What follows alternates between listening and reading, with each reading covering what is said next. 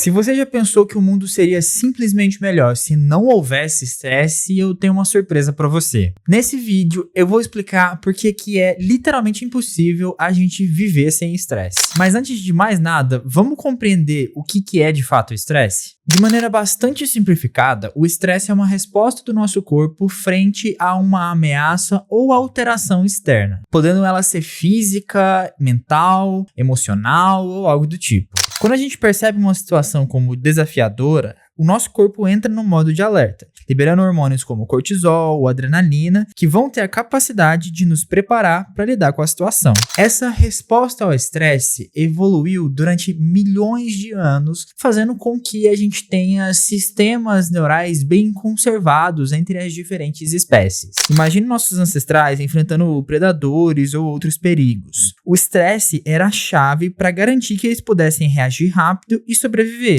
E até hoje, esse mesmo tipo de resposta de estresse é fundamental para que a gente consiga lidar com as coisas do dia a dia. Mas claro, nem sempre o estresse vai ser positivo. E é justamente aqui que entra o conceito da curva em U invertido. Vamos entender o que isso significa. O Robert Sapolsky, no livro Comporte-se, explica a dinâmica do estresse por meio da curva em U invertida, um conceito fundamental para a gente entender como que o estresse afeta o nosso desempenho. Imagine exatamente esse gráfico que você está conseguindo ver aí. No lado esquerdo da curva, a gente tem pouco ou nenhum estresse, e o nosso desempenho tende a ser baixo. Por isso que um certo nível de estresse é necessário para nos motivar.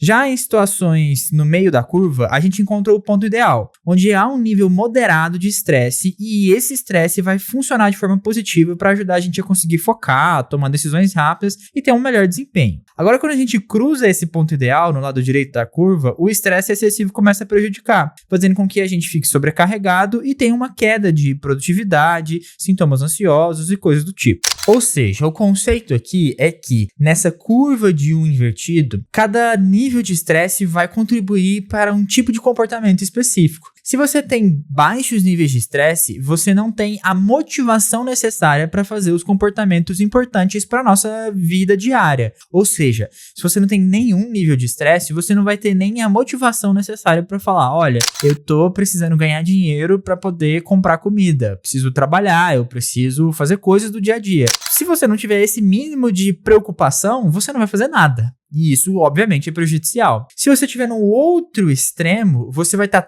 tão estressado, tão em modo de alerta, que você vai ter uma perda de produtividade, uma perda de capacidade de raciocínio, porque você vai estar naquele estado de iminência de perigo que, na realidade, não é exatamente o que está acontecendo. Então, existe um sweet spot, um ponto de estresse muito interessante, que seria essa parte do meio da curva, onde você tem o estresse gerando uma motivação necessária para que você consiga correr atrás dos seus objetivos, que geralmente gira em torno aí de sobrevivência, né? Que é trabalhar para ter dinheiro para poder comer. Inclusive, esse tipo de estresse que seria benéfico, ele tem um termo em inglês que a gente pode traduzir mais ou menos como eustresse. O Sapolsky, nesse livro, fala sobre como em momentos de eustresse, o nosso corpo utiliza dos mecanismos neurais de resposta ao estresse, de geração de resposta de luta ou fuga, mas de uma forma benéfica, que garante com que a gente não tenha sintomas ansiosos, mas que a gente consiga mobilizar a energia física e mental para poder conseguir correr atrás daquilo que a gente precisa fazer. Pense, por exemplo, numa apresentação importante que você tem no trabalho ou na faculdade. Se você tiver zero preocupação com ela, ou seja, zero nível de estresse, é muito provável que você não vá se preparar muito bem para ela. E isso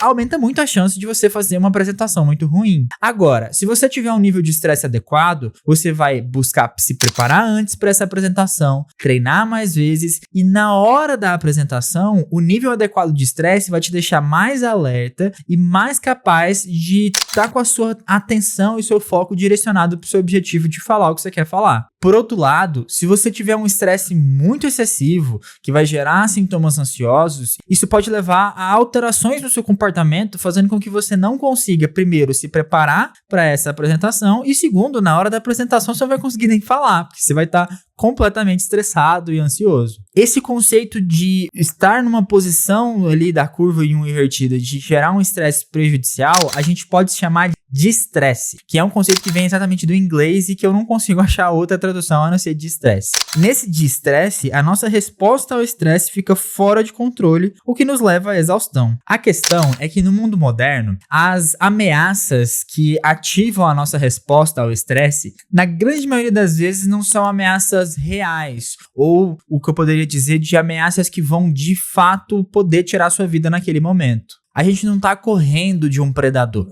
A gente tá basicamente pensando que a gente tem um prazo para entregar um relatório no trabalho, que a gente tem um prazo para poder cumprir uma meta, que a gente tem um prazo para pagar nossas contas, que são perigos reais no contexto moderno, mas que se você parar para pensar, não é algo que necessariamente está ameaçando a sua vida naquele momento. O grande problema é que nosso cérebro não sabe diferenciar isso. Ele utiliza as mesmas redes neurais que estão conservadas evolutivamente, responsáveis por gerar a resposta ao estresse e preparar o nosso corpo para mobilizar energia para aquele sistema de luta ou fuga, para resolver o problema para nossa sobrevivência. E o grande problema é que esse estresse psicológico, ele não desliga de forma tão fácil como o que aconteceria num estresse comum, pensando ali nos nossos antepassados que precisavam correr de um predador. Pense, por exemplo, que você está dirigindo num carro e de repente você quase sofre um acidente. Você tem que dar aquela freada brusca. Você já deve ter percebido, obviamente, que você tem uma resposta ao estresse ali. Você fica com o coração acelerado, você fica pensando, meu Deus, quase que eu bati o carro, será que tá tudo bem? E aí você fica com aquela resposta de que existe um perigo iminente, que você quase morreu. Mas passa 30 minutos daquilo lá, você já não tá mais naquele mesmo nível de resposta. Por quê? Porque o perigo aconteceu, você ativou essa resposta e ele foi embora. Só que essa coisa não acontece exatamente com esses estresses psicológicos, porque eles vão estar sempre lá. Você sempre vai estar pensando que, nossa, eu preciso entregar esse prazo aqui pro meu chefe, eu preciso entregar esse relatório aqui. E você fica pensando e cronicamente ativando essa resposta ao estresse. Então, por exemplo, o cortisol e outros hormônios que são importantes para essa resposta acabam sendo liberados de forma contínua quando a gente está tendo esse estresse crônico, esse mecanismo de estresse. E isso justamente é uma das principais causas para o surgimento não somente de transtornos psiquiátricos, mas também outros transtornos, como doenças cardiovasculares, diabetes e tudo mais. Então, o que a gente vê nesse conceito de curva de um invertido é que pouco estresse é muito ruim e muito estresse também é muito ruim. Ou seja, o equilíbrio de estresse é a chave para tudo. O estresse, quando administrado de forma equilibrada, é fundamental para poder garantir com que a gente tenha energia e motivação necessária para a gente correr atrás dos nossos objetivos. No entanto, se esse eustresse começa a ser crônico e bastante acentuado, virando um estresse, a gente pode se expor a um aumento do risco de desenvolvimento de transtornos psiquiátricos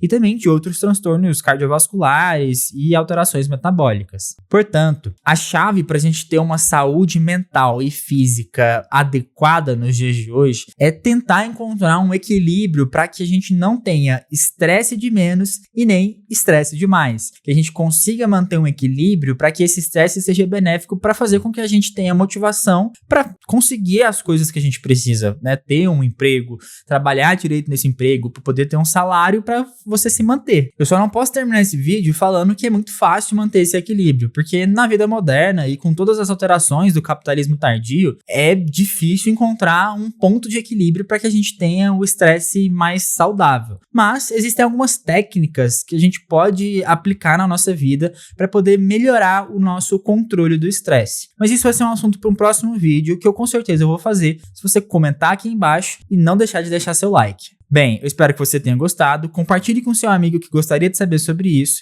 e se você quiser saber mais sobre essa relação de estresse e transtornos psiquiátricos, conheça o meu curso Descomplicando a Neurociência dos Transtornos Psiquiátricos, que vai estar aqui na descrição e no comentário fixado. Muito obrigado pela atenção e até mais!